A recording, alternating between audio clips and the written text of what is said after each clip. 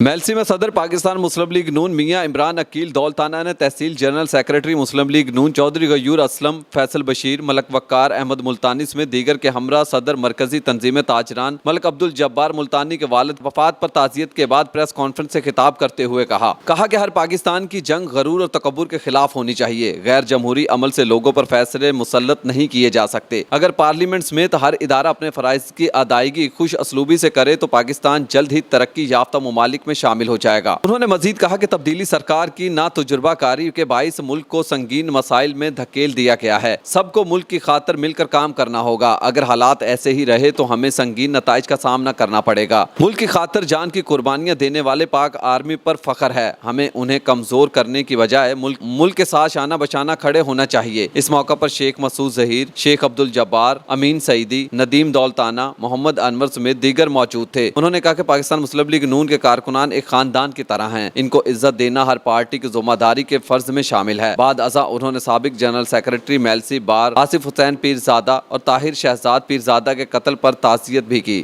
Sheikh Masood Zaheer, Lahore 24 news, Mailsi.